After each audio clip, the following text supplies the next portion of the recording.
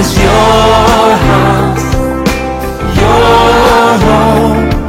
We welcome you, Lord, we welcome you.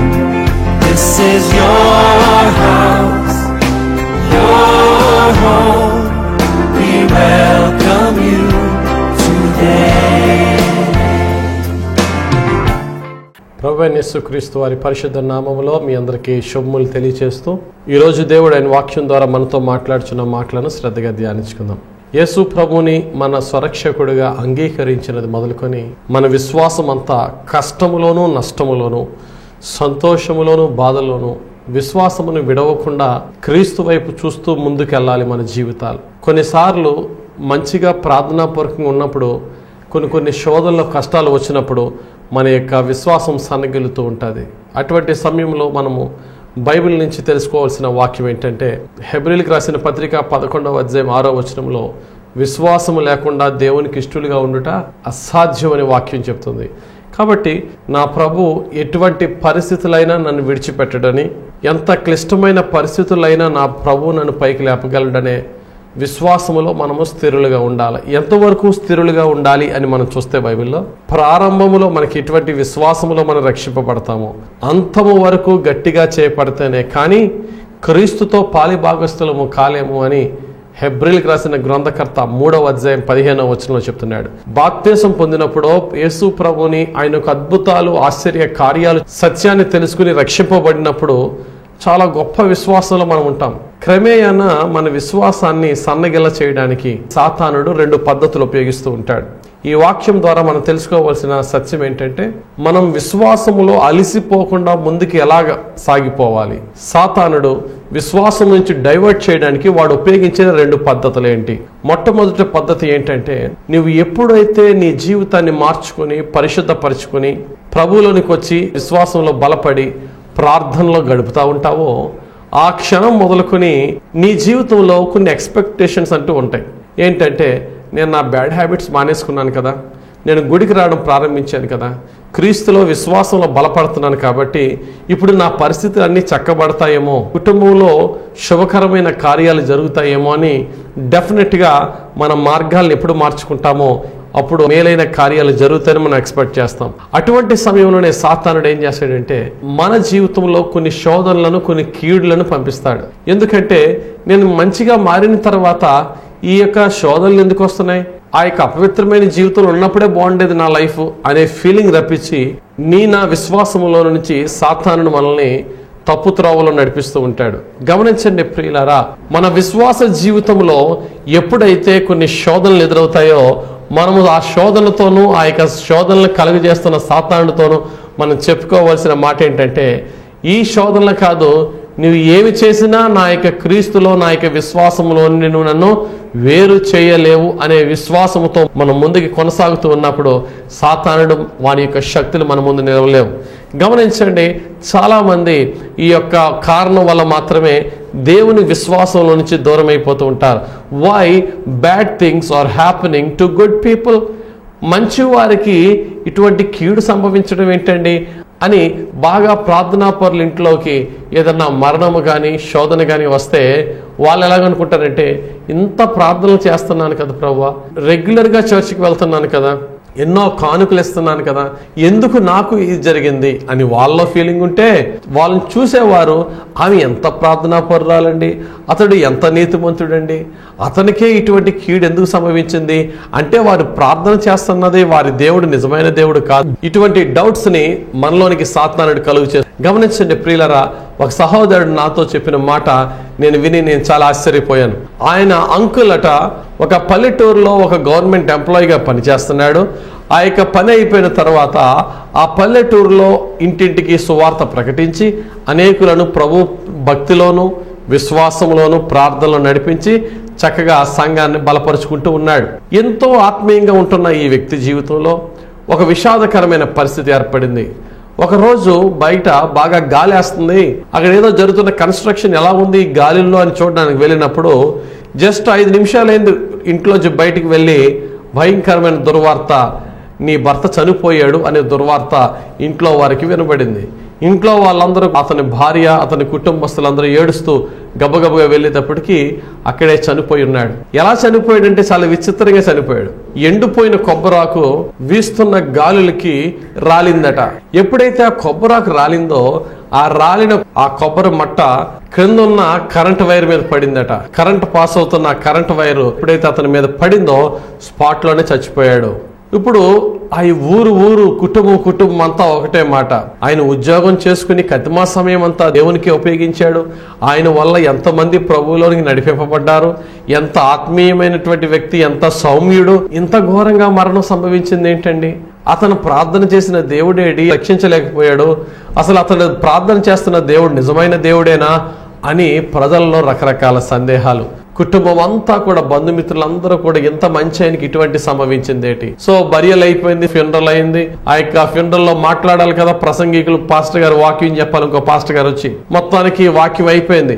వాక్యం అయిపోయి ఆ పాస్టర్ గారు వెళ్ళిపోతున్న సమయంలో చనిపోయిన ఆయన యొక్క తల్లి గారు ఆ పాస్టర్ గారిని ఇంట్లోనికి పిలిచి మీతో ఒకటి మాట్లాడాలండి అని చెప్పి పిలిచారట. లోపలికి వచ్చిన తర్వాత ఆ తల్లి అన్న మాట, నా బిడ్డని తన ప్రాణాన్ని తీసుకుని చాలా మంచి పని చేశాడు, నాకు బాధ లేదు, దేవునికి కృతజ్ఞతలు చెప్తున్నాను అంటుందట. ఎందుకనండి అంటే, మీ అందరి దృష్టిలో నా కుమారుడు చాలా మంచోడు, నీతిమంతుడు. అయితే మీ అందరికీ తెలియని ఒక సత్యాన్ని నేను మీకు చెప్పబోతున్నాను, మీకు ఒక్కరికే అని చెప్పి ఆ యొక్క తల్లి ఆ యొక్క పాస్టర్ గారికి చెప్పిన మాట ఏంటి తెలుసా అండి? ఎన్నో రోజుల నుంచి నా కుమారునికి నా కోడలికి మధ్య గొడవలు జరుగుతున్నాయి. ఒకే ఒక రీజన్ ఏంటంటే, ఇంతకాలము నువ్వే కదా అనేక మందికి వాక్యం చెప్పి సంఘాన్ని కట్టుకున్నావు. కట్టిన తర్వాత ఏ స్థలం అయితే వాళ్ళు కొనుక్కున్నారో ఆ స్థలాన్ని నీ పేరును రాయించేసుకో, లేకపోతే నా పేరును రాయించే అని చెప్పి భార్య ప్రతిరోజు ఒత్తిడి చేస్తుందంటే ఈయన అంటున్నాడట, అమ్మ అది మనం కొన్న స్థలం కాదు, మన డబ్బులతో కొనుక్కున్నది కాదు, సంఘం కొనుక్కున్న స్థలాన్ని నీ పేరున నా పేరున రాయించడం అది అన్యాయం, అది తప్పు. అంటే నువ్వే విశ్వాసాలను కట్టి నడిపిస్తున్నావు కాబట్టి అది నీ పేరునే ఉండాలని చెప్పి ప్రతిరోజు భర్తతో పోరే. బైబిల్లో చెప్తుంది కదా, గయ్యాలైన భార్యతో పోరట ఎడతెగని వర్షం లాంటిది. సుబుద్ధి గల భార్య యెహోవా యొక్క దానం. గయ్యాలైన భార్యతో ఎంత బలవంతుడైనా ఆమెతో ఏగడం కష్టమే. ఒకానొక రోజున తన యొక్క శక్తి ఇంకా సరిపోక తనతో పోరాడలేక తన భార్యతో, సరైతే నీ ఇష్టం, పేపర్లు రెడీ చేస్తాను, నీ పేరును నా పేరు రిజిస్ట్రేషన్ చేయించేద్దామని చెప్పి భార్య పోరు తట్టుకోలేక రిజిస్ట్రేషన్ పెట్టి మొత్తం అన్ని డాక్యుమెంట్స్ రెడీ చేసేసాడట. రేపు సంతకాలు పెట్టి రిజిస్ట్రేషన్ చేయబోతున్నాడు. ఈ రోజు ఆయన ప్రాణం పోయింది. తల్లి యొక్క మాటలేంటి తెలుసా? నా దేవుడు ఎంత మంచి పని చేశాడు. ప్రపంచం యొక్క మాటలేంటి? దేవుడు ఎంత అన్యాయం చేశాడు. ఈ తల్లి యొక్క మాటలేంటి? దేవుడు నాకు ఎంత మేలు చేశాడు. ఏంటి మేలు? నా కొడుకు చేతితో ఆ పాపము జరగకుండానే నా కొడుకుని నా దేవుడు తీసేసుకున్నాడు అనే ఆనందముతో తల్లి ఉన్నది. గమనించండి ప్రియులారా, మనం ఒక్కొక్కసారి జరుగుతున్న సందర్భాలను బట్టి దేవునికి విరోధమైనటువంటి స్టేట్మెంట్స్ ఇచ్చేస్తూ ఉంటాం. దేవుడు అన్యాయం చేస్తున్నాడని, దేవుడు అలా చేస్తున్నాడు, ఇలా చేస్తున్నాడని. బైబిల్లో ఒక చక్కటి మాట ఉంది. లూకా సువార్త 12వ అధ్యాయము 6వ వచనం, 5 పిచ్చుకలు 2 కాసులకు అమ్మబడును కదా, అయినను వాటిలో ఒక్కటైనను దేవుని ఎదుట మరువబడదు. పిచ్చుక అంటే చాలా చిన్న ప్రాణం, వాల్యూలెస్ బర్డ్. అది ఒక పిచ్చుక యొక్క ప్రాణాన్నే దేవుడు ఇంత స్పష్టంగా, ఇంత శ్రేష్టంగా ఆయన ఎన్నుకున్నప్పుడు, ఆయన పోలికలో సృష్టించిన మనల్ని రీజన్ లేకుండా మన ప్రాణాలను తీసుకుంటాడని అనుకుంటారా? గమనించండి, ప్రతి ఒక్క విషయంలో కూడా దేవునికి ఒక ప్రత్యేకమైన సంకల్పం ఉంటుంది. అంతేకాని ఆయన నీతిమంతుడు అండి, దేవుడు అన్యాయం చేశాడండి, ఆయన నీతిమంతుడు అనే మాటను నువ్వు ఎదుటి వాని గురించి స్టేట్మెంట్ ఇచ్చినప్పుడు బైబిల్ ఏం చెప్తుందో మనం తెలుసుకోవాలా. Nobody saint on the face of the earth. భూమి మీద ఉన్న మనుషులలో ఒక్కడు నీతిమంతుడు లేడు. అందరూ పాపము చేసి దేవుడు అనుగ్రహించి మహిమను పొందలేకపోతున్నారని అపోస్తులైన పౌలు రోమిలికి రాసిన పత్రిక 3వ అధ్యాయం 10వ వచనంలోను 23వ వచనంలోను చాలా స్పష్టంగా చెప్తున్నాడు. ఎవరు నీతిమంతులు?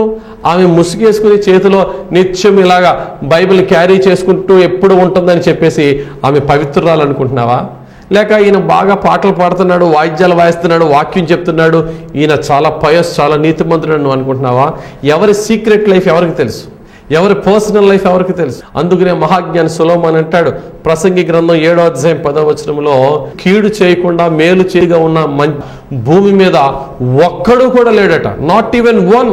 భూమి మీద ఒక్కడు లేడని వాక్యం చెప్తుంది. భక్తుడైనటువంటి యోహాన్ ఇంకా స్పష్టంగా అంటాడు. యోహాన్ రాసిన మొదటి పత్రిక 1వ అధ్యాయం 8వ వచనంలో, ఎవడైనాను తన్ను తాను నీతిమంతుడు అనుకుంటే తన్ను తాను మోసం చేసుకుంటున్నాడు, వాడే పెద్ద పాపి. ప్రతి ఒక్కరిలో ఆ పోరాటం ఉంది. మనమందరం కూడా పాపంతో పోరాడుతూ పడుతూ లేస్తూ ఉన్నాం. ఎవరు నీతిమంతుడు? ఫలానా వ్యక్తి నీతిమంతుడండి, ఆయనకి ఎందుకండి కష్టం వచ్చింది అంటే ఆ వ్యక్తి నీతిమంతుడని నువ్వు ఎలా స్టేట్మెంట్ అవ్వగలుగుతున్నావు? కనీసం నువ్వు నీతిమంతుడు నువ్వు స్టేట్మెంట్ అవ్వగలవా అంటే ఇవ్వలేవు. ఎందుకంటే నా పాపాలు నాకు తెలుసు కాబట్టి. క్రీస్తు యేసు రక్తంలో ఉచితంగా నీతిమంతులుగా ఆయన మార్చుతున్నాడు మనల్ని. కాబట్టి ఈయన మంచోడు, పాపం లేనివాడు అనేది వాడు భూమి మీద లేడు. అప్పుడు ఈ క్వశ్చనే తప్పవుతుంది. Why bad things are happening to good people? మంచి వారికి చెడ్డ కార్యాలు, ఈ కీడు ఎందుకు సంభవిస్తుందండి అంటే అలా మంచివాడే లేనప్పుడు ఆ ప్రశ్నే తప్పవుతుంది. మరి రైట్ ప్రశ్న అంటే ఏంటి అంటే why good things are happening to bad people? నాలాంటి పాపికి కూడా మంచి క్రియలు ఎందుకు జరుగుతున్నాయి? ఈ లోకంలో మంచివాడు లేడు, అందరం పాపులమే. అయినప్పటికీ కూడా అనుదిన ఆహారము, సమృద్ధి, శాంతి, సమాధానము అన్నీ కూడా నాకు ఎలా ఇస్తున్నావు ప్రభువా? అందుకనే భక్తుడు చక్కటి పాట రాశాడు. ఎందుకో నన్ను ఇంతగా నీవు ప్రేమించితివో దేవా. ఏముంది నాలో? ఏ పరిశుద్ధత లేదు, అయినా నన్ను ప్రేమిస్తున్నావు ప్రభువా. Why good things are happening to bad person like me? ఎప్పుడు ప్రశ్నించం కదా. అలాగా ప్రార్థన చేస్తే కొంచెం పరిశుద్ధంగా ఉంటే చాలు. ఏదైనా కష్టం వచ్చిందంటే ఏంటి ప్రభువా ఇంత నీతిగా ఉన్నాను, ఇంత ప్రార్థన చేస్తున్నా, ఇలా వచ్చేసింది అంటాం. కానీ ఎప్పుడన్నా దుర్మార్గంగా ఈ లోకానుసారంగా జీవించిన దేవుడు మేలుతో మనల్ని నింపుతున్నప్పుడు ఎందుకు ప్రభువా నాకు ఈ మేలు చేసామని ఎప్పుడు మనం ప్రశ్నించాం దేవుడిని. అందుకనే వాక్యం చెప్తుంది రోమీయులకు రాసిన పత్రిక 5వ అధ్యాయం 8వ వచనంలో, మనం ఇంకను చెడ్డవారమై ఉండగా క్రీస్తు మన కొరకు చనిపోయాను. మనం పరిశుద్ధులుగా మారిపోయిన తర్వాత మనలాంటి పరిశుద్ధుల కొరకు యేసు ప్రభు ప్రాణం పెట్టలేదట. Still we are sinners. ఇంకా మనం పాపులమై ఉండగానే పాపపు స్థితిలో ఉన్న మనలకే మన పట్ల ఆయన జాలి చూపి మన కొరకు ప్రాణం పెట్టాడు ఆయన. కాబట్టి ప్రియులారా, మనము శోధన, కీడు, నష్టము రాకూడదు మనకి అనే క్లెయిమ్ చేసుకోగలిగే నీతి మనలో లేదు. అయినప్పటికీ ఆయన మంచిని, ఆయన కృపను మనకి ఎప్పుడు కూడా అందిస్తూనే ఉన్నాడు ప్రియులరా. కాబట్టి ప్రియులరా, మన జీవితంలో వచ్చే శోధన కానీ కష్టం కానీ ఇది నాకు రాకూడదు అనే శోధన ఏది లేదు. ఈ బైబిల్లోని గొప్పవారి పేర్లు, పరిశుద్ధుల పేర్లు 3 పేరు చెప్పంటే ఖచ్చితంగా ఒక పేరు యోబు గారి పేరు ఉంటుంది. ఎంతో నీతిమంతుడు, మిస్టర్ పర్ఫెక్ట్. అటువంటి యోబు గారికి అనేకమైన శోధనలు, శ్రమలు వచ్చినను కూడా యోబు భక్తుడు ఒక అద్భుతమైన మాట అంటాడు. యోబు గ్రంథము 13వ అధ్యాయం 15వ వచనంలో, ఆయన నన్ను చంపినను ఇంకను నేను ఆయన కొరకు కనిపెట్టుకొనుచున్నాను. ఆయనలో విశ్వాసం చూడు. ఆయనకున్న 10 మంది బిడ్డల్లో 7 కుమారులు 3 కుమార్తెలు చచ్చిపోయినను, ఆస్తి పోయినను యెహోవా ఇచ్చెను, యెహోవా తీసుకుని పోయాను, ఆయన నామమునకే స్తుతి కలుగును గాక అని యోబు గ్రంథం 1వ అధ్యాయం 21వ వచనంలో చెప్తున్నాడు. సామాన్యంగా మనం అనలేమా మాట? చనిపోతే ఎవరైనా మన ప్రియులు నీతిగా ఉన్నప్పుడు, కష్టాలు వస్తున్నప్పుడు మనకి ఎందుకు ఈ కష్టాలు వస్తున్నాయో తెలియదు. అటువంటి సమయంలో కనుక దేవుడు మనతో మాట్లాడి, ఏం పర్వాలేదు, నేనే కావాలని పంపించాను, కొంచెం ఓర్చుకో, నేను అద్భుతమైన దీవెన నీకు ఇవ్వబోతున్నానని దేవుడు కనుక మనతో మాట్లాడాడు అనుకోండి, ఎంత పెద్ద కష్టమైనా సరే భరించవచ్చు. యోబుతో దేవుడు మాట్లాడలేదు ఆ సమయంలో. యోబుకి తెలియదు సాతానుడికి దేవునికి మధ్య జరుగుతున్న ఛాలెంజ్ అని. ఎందుకు కష్టాలు వస్తున్నాయనే ప్రశ్న ఉంది, దానికి ఆన్సర్ లేదు. కానీ ఒకటి మాత్రమే యోబు గారికి తెలుసు, నన్ను పిలిచిన దేవుడు నమ్మదగిన వాడు. నాకు ఈ కష్టాలు వచ్చినా నన్ను ఆయన విడిచిపెట్టడు. That's why still I'm having trust in him. ఇంకను ఆయనలో నాకు విశ్వాసము, నమ్మిక నేను ఉంచుతున్నాను. మొత్తం నన్ను చీల్ చేసినా సరే నా విశ్వాసం ఆయనలో స్థిరంగా ఉన్నది. ఎందుకు నాకు ఈ కష్టాలు వస్తున్నాయో తెలియదు, కానీ నేను నమ్ముకున్న నా దేవుడు నన్ను విడిచిపెట్టు దేవుడు కాదు. వీటి వెనకాతల ఆయన సంకల్పం మీద ఉన్నది. అందుకనే నేను ఇంకనూ ఆయన కొరకే కనిపెట్టుకుంటానని భక్తుడని యోబు చెప్తున్నాడు.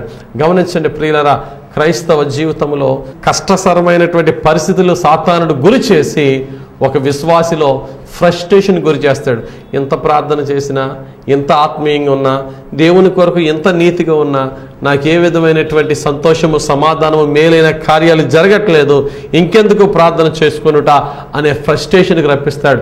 అందుకనే ముందుగానే దేవుడు మనల్ని మేల్కొల్పడానికి, మనల్ని హెచ్చరించడానికి పేతురు రాసిన మొదటి పత్రిక 4వ అధ్యాయం 12వ వచనం, ప్రియులారా, మిమ్మును శోధించుటకు మీకు కలుగుచున్న అగ్ని వంటి మహాశ్రమను గూర్చి మీకేదో ఒక వింత సంభవించినట్లు ఆశ్చర్యపడకుడి.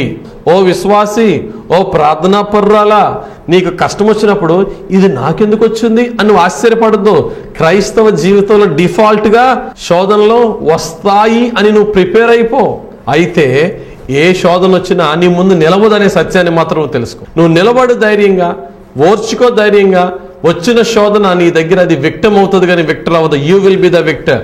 నీవు జయం పొందుకుంటావు కానీ ఆ శోధనకు నీవు బాధితుడవు ఎన్నడూ కావని వాక్యం చెప్తుంది. మనకు కావాల్సిందేంటి?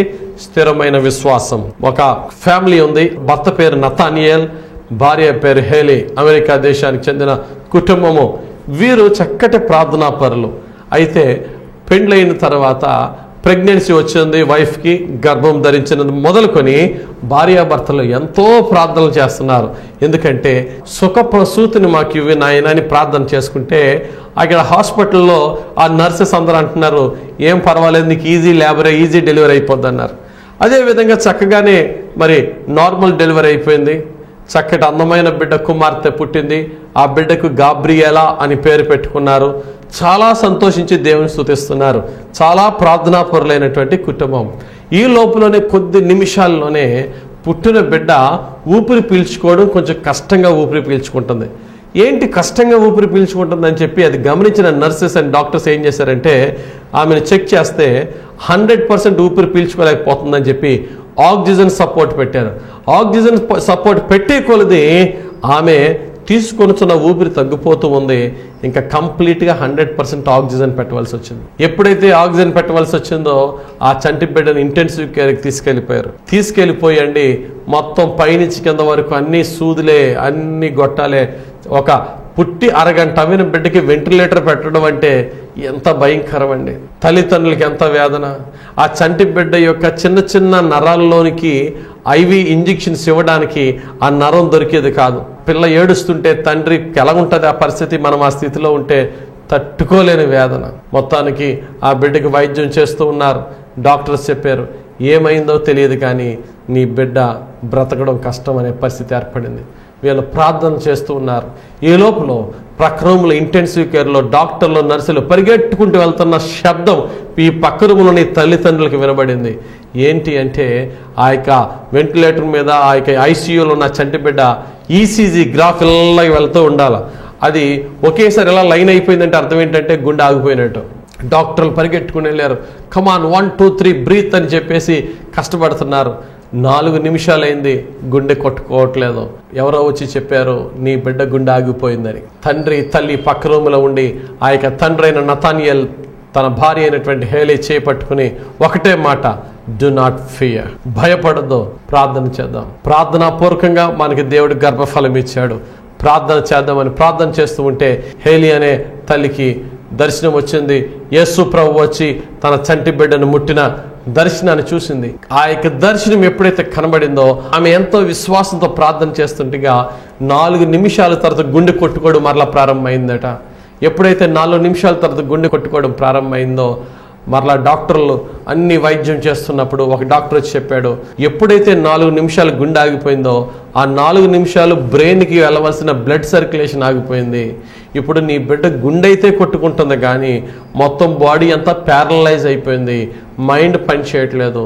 నీ బిడ్డ బ్రతికిన ఆ బిడ్డ సజీవ శవంలాగా బెడ్ మీద పడి ఉంటుంది. ప్రిపేర్ అయిపో నువ్వు మెంటల్గా అని చెప్పి డాక్టర్ వచ్చి చెప్తున్నప్పుడు ఆ యొక్క తండ్రి యొక్క విశ్వాసం చూడండి. డాక్టర్ని ఒకటే ఒక మాట అడిగాడు, నా బిడ్డ బ్రెయిన్ అంతా కూడా పర్ఫెక్ట్గా పనిచేస్తుంది అని తెలుసుకోవడానికి సూచన ఏంటి అని అడిగాడు. అప్పుడు డాక్టర్ అన్నాడు, బాడీలో కాలో చెయ్యో కదిపిందనుకో నీ బిడ్డ బ్రెయిన్ పనిచేస్తున్నట్టు అన్నాడు డాక్టర్. అప్పుడు వెంటనే ఈ తండ్రి అన్నాడు ఆ డాక్టర్తో, ఒకవేళ నా కుమార్తె కనుక కళ్ళు తెరిస్తే అంటే డాక్టర్ అన్నాడు, ఐ విల్ బి అస్టానిష్డ్, నేను ఆశ్చర్యపోతానంటే ఈ డాక్టర్తో ఈ తండ్రి అన్న మాట ఏంటి తెలుసా? Be prepared to be astonished.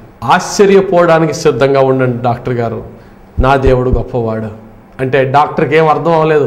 ఇతడు ఏదో మాట్లాడుతున్నాడు అనుకుని డాక్టర్ వెళ్ళిపోయాడు.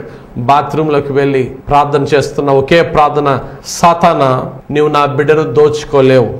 అయితే ఒక సత్యాన్ని నేను నీకు చెప్తున్నాను, ఒకవేళ నా బిడ్డ చనిపోయినను నాకు నా భార్యకు యేసుక్రీస్తులో నాకున్న శాంతి, సమాధానము, విశ్వాసాన్ని నీవు పోగొట్టలేవు. ఇట్స్ మై ఛాలెంజ్ అని చెప్పి సాతాన్ని రెబ్యూక్ చేస్తూ ప్రార్థనా పోరాటం చేయగా 2 రోజుల తర్వాత ఆ చంటి బిడ్డ ఇంటెన్సివ్ కేర్లో ప్రక్కన బైబిల్ చదువుకుంటూ తండ్రి ప్రార్థన చేస్తూ ఉంటే తెల్లవారుజామున 5 గంటల వేళ ఆ చంటి బిడ్డ సడన్గా కన్నులు తెరిచిందట. డాక్టర్ చూసి ఆశ్చర్యపోయాడు. హే, నీ బిడ్డ కన్నులు తెరిచింది. అయితే కన్నులు తెరిస్తే తెలిసింది, కానీ బాడీలో లంగ్స్ ఇవన్నీ బాగా పనిచేస్తున్నాయో చూద్దామని చెప్పి అన్నీ చూస్తే తల నుంచి అరికాలు వరకు ఏ లోపం లేకుండా పెర్ఫెక్ట్గా హీల్ చేశాడు దేవుడు. ఆరోగ్యంగా బయటకు వస్తే నర్సెస్ వైద్యం చేశారో వారికి ఆశ్చర్యం వేసింది. అక్కడ పని చేస్తుండగా క్రిస్టియన్ నర్స్ అంటది, నేను వాళ్ళు ప్రార్థన చేస్తే వారితో ఏకీపించి నేను ప్రార్థన చేశాను. ఇది క్రైస్తవ కుటుంబం ప్రభువా, నీవే గొప్ప కార్యం చెయ్య నేను విజ్ఞాపన చేశాను. దేవుడు అందరి ప్రార్థనలు ఆలకించాడు. అన్యజనులైనటువంటి డాక్టర్లు ఎదుట ఒక క్రైస్తవ కుటుంబానికి కష్టాలు వస్తాయి, కానీ ఏ కష్టము వారి ముందు నిలబడలేదు అనే సత్యాన్ని దేవుడు నిరూపించాడని ఒక నర్స్ అక్కడ సాక్ష్యం చెప్పి ఉన్నది. గమనించండి ప్రియులారా, ఈ యొక్క వీడియో కానీ మన పర్సనల్ లైఫ్లో కానీ కష్టాలు రాకపోవడం అనేది జరగవు. అయితే ఒకటి మాత్రం గుర్తుపెట్టుకోండి, ఆ కష్టాల్లో మనకు ఓటమి కలిగినా మనకి విజయం కలిగినా క్రీస్తులో విశ్వాసాన్ని మాత్రం మనం విడిచిపెట్టకూడదు. బైబిల్లో సమాజ మందిరపు అధికారి ప్రభువు దగ్గరికి పరిగెట్టుకుంటూ వచ్చాడు. ఎప్పుడైతే సమాజ మందిరపు అధికారి యొక్క కూతురు మరణకరమైన అనారోగ్యంతో పడి చచ్చిపోయేలా ఉందో, నేను ఏ పార్టీ నాకు అనవసరం, వెళ్ళి ఆయన కాళ్ళ మీద పడిపోదామని చెప్పి సమాజ మందిరపు అధికారి పరిగెట్టుకుంటూ యేసు ప్రభుని అంటాడు, అయ్యా నా కూతురు చావ సిద్ధమైంది, నా ఇంటికి వచ్చి నా కుమచవా అంటే, ప్రభు పద బయలుదేరని చెప్పి మధ్యదారిలో 12 సంవత్సరాల నుంచి రక్తస్రావం కలిగిన స్త్రీ యేసు ప్రభుని ఆప్చేసింది. ఈ లోపల యేసు ప్రభు ఆమెను స్వస్థపరిచి వెళ్తున్న సమయంలో చావు కబురు చల్లగొచ్చింది ఇంటి దగ్గర నుంచి, అయ్యా బోధకుడిని ఇబ్బంది పెట్టొద్దు, నీ కూతురు చచ్చిపోయింది. చావు కబురు విన్న వెంటనే తండ్రి నిశ్చేష్టుడైపోయినప్పుడు ఆ తండ్రి వంక చూసిన యేసు ప్రభు ఒకే ఒక మాట మాట్లాడాడు. లూకాసు వార్త 8:50 భయపడకము, నమ్మిక మాత్రము ఉంచము. దేవునికి స్తోత్రం కలుగును గాక. పరిస్థితులు నిన్ను నిండా ముంచేసినా నేను నిన్ను లేపగలను నమ్మ అని చెప్పి ఇంటికి వెళ్ళి తన చచ్చిపోయిన తన కుమార్తెని ప్రభు పైకి లేపాడు. గమనించండి, లాజరు కూడా చనిపోయి 4 రోజుల తర్వాత యేసు ప్రభు వెళ్ళినప్పుడు మరియ మార్తలు ఏడుస్తుంటే, మరియ మార్తలకి యేసు ప్రభు ఇచ్చిన అభయ హస్తము దేవుని యొక్క గొప్ప వాగ్దానం ఏంటి తెలుసా? యోహాను సువార్త 4:40 నమ్మినట్లయితే మనం చూచెదవు.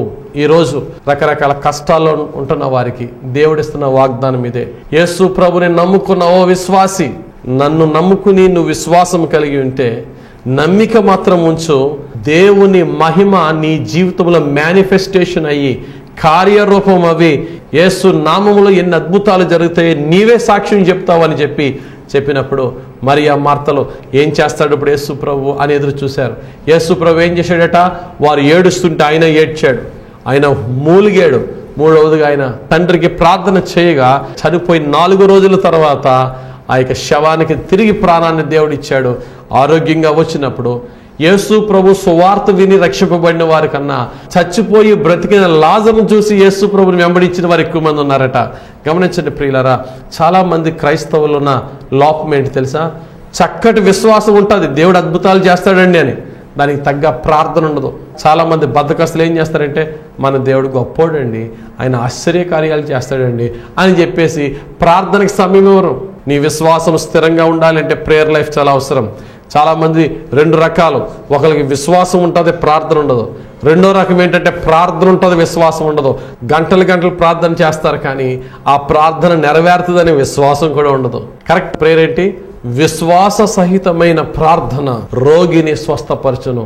విశ్వాసముతో కూడిన ప్రార్థన, ప్రార్థనతో కూడిన విశ్వాసము. సాతానుడు ఒక విశ్వాసిని తన విశ్వాసంలో నుంచి వెనక్కి లాగడానికి వాడు ఉపయోగించిన మొట్టమొదటి పద్ధతి ఏంటంటే, కావాలని వాడికి కొన్ని శోధనలు రప్పిస్తూ ఉంటాడు. అటువంటి సమయంలో విశ్వాసి చెప్పుకోవలసిన మాట యోబు చెప్పినట్టుగా, సాతానా ఆయన నన్ను చంపేసినా నేను ఇంకా ఆయన కొరకు ఎదురు చూస్తాను. యేసు ప్రభు ఇచ్చిన మాట ఏంటి తెలుసా? ఈ శరీరాన్ని సాతాను గడి మ్యాక్సిమం చేయగలిగితే చంపుతాడంతే.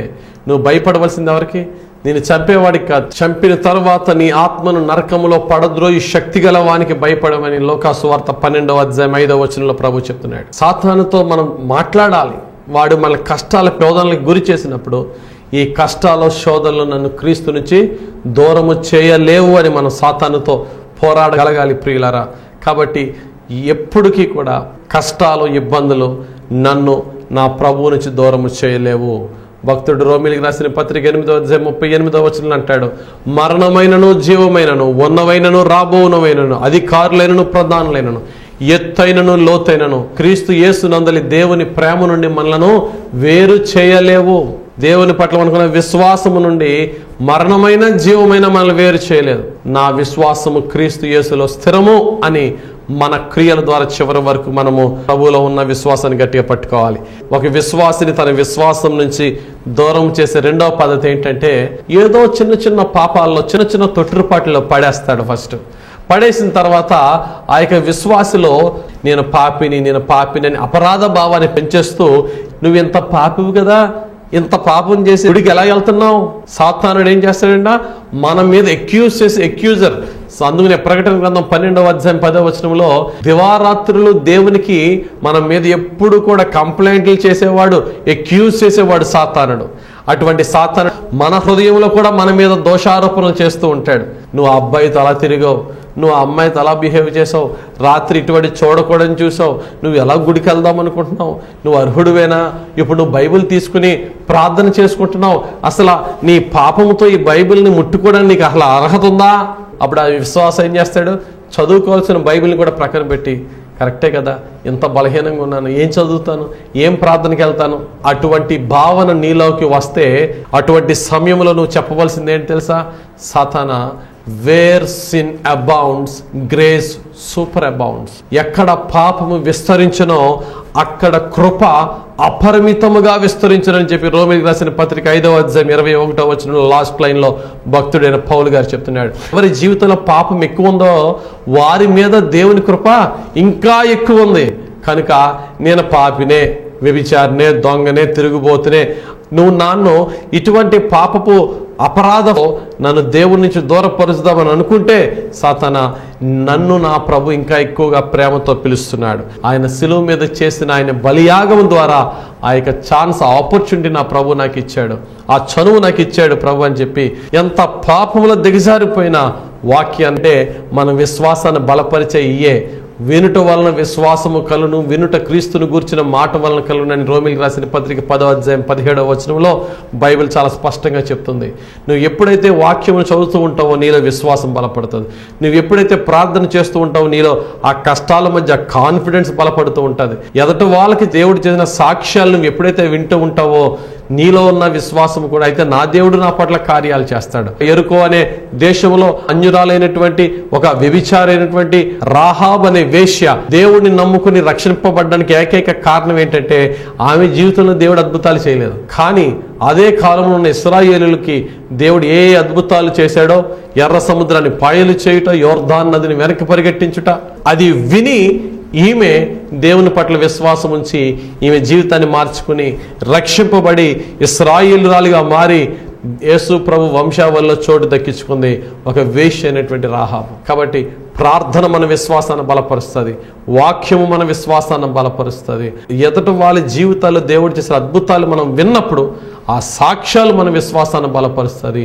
అంతేకాదు మన జీవితంలో దేవుడు మనకిచ్చిన వాగ్దానాలను జ్ఞాపకం చేసుకునుట, రిమెంబరింగ్ ద ప్రామిసెస్.